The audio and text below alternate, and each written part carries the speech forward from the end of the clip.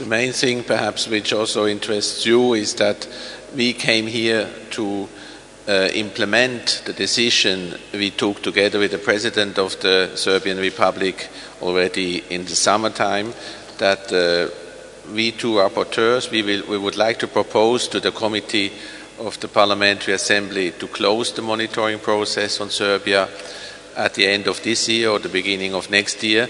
But in order to be able to do so, we need a kind of a roadmap, which laws and which changes have to be done until when in Serbia. And this roadmap has to be done by the Parliament delegation and the Ministry together.